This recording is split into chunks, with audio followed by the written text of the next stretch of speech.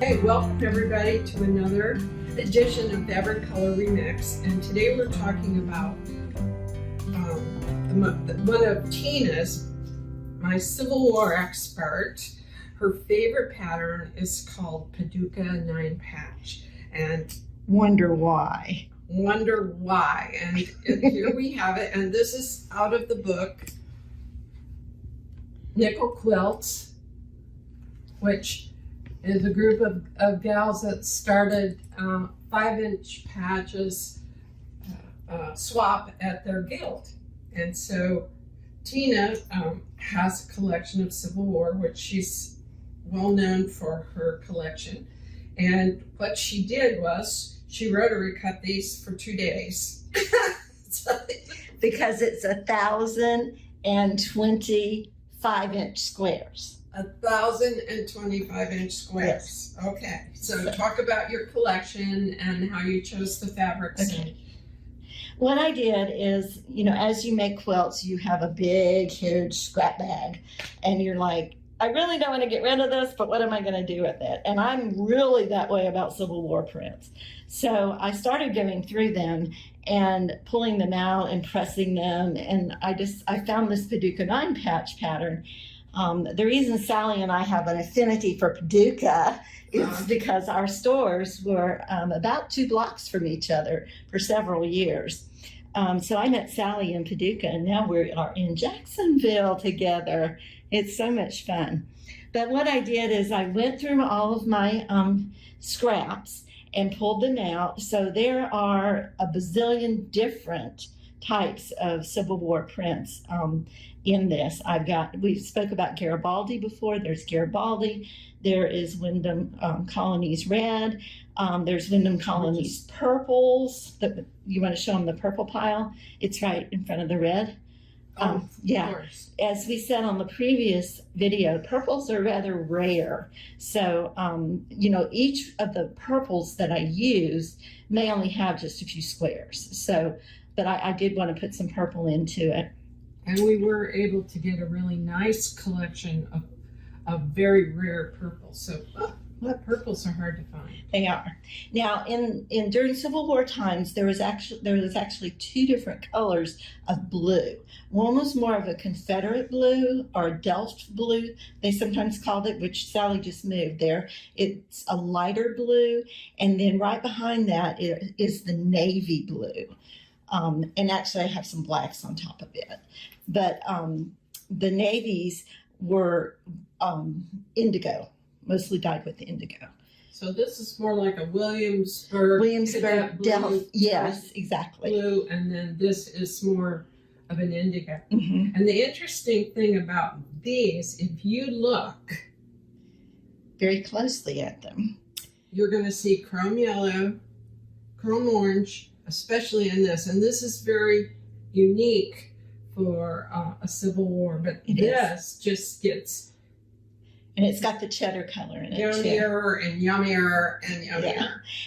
And then as you can see in the pattern, there are light, I don't know how you would name it. It's almost like a trip around the world picture. It's got light lines going through it in the pattern. And so what I did is I pulled out a lot of ecru white cream tone-on-tones for that portion, but I also pulled out shirting because I thought, shirting reads as light, especially some of it, and what we're going to actually do later on is a whole presentation on shirting and talk about the various patterns, the various colors, the origins of the different patterns, and give you way more information on that. But that's my shirting pile right there. So now, is this visible? Yes, absolutely. All right. So absolutely. Shirting is very unique, and it's more plain, but it has a lot of stripes or dots. Mm-hmm. And now that one goes actually with that cheddar over there. No. Yeah. That's from that collection. That one's not a shirting. I know. So that's a shirting. These are shirtings, and we have shirtings in pink. We have shirting in red, and black, blue, and black. Yes. And so it's really just 2 color. It's the gray goods or Brown goods. Brown goods, and then one color basically. But if you look at, they would make great sashings. It blends with everything, and like I talk about this on Fabric Color Remix all the time. Just squint.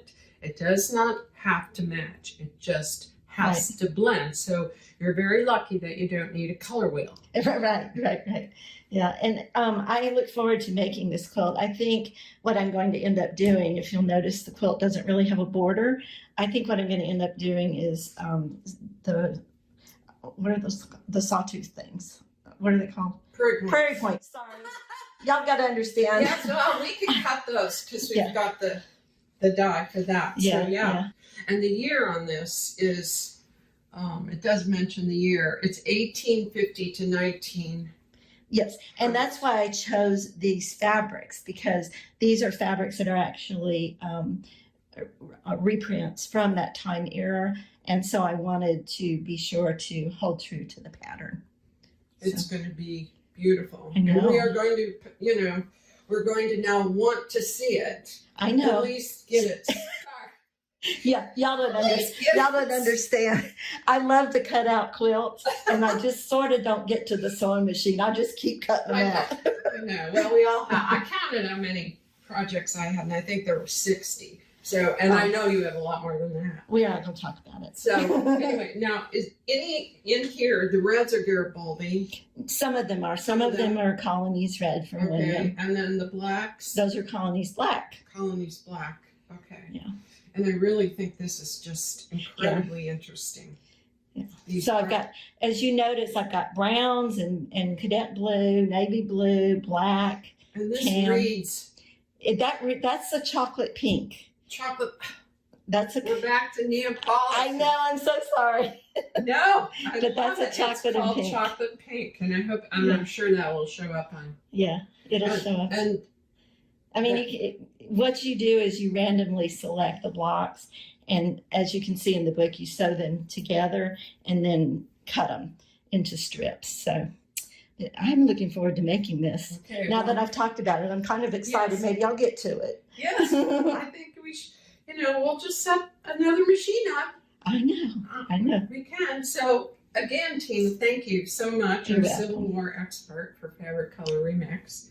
And this is really interesting, and I cannot wait to see all these combinations. So join us again on Fabric Color Remix.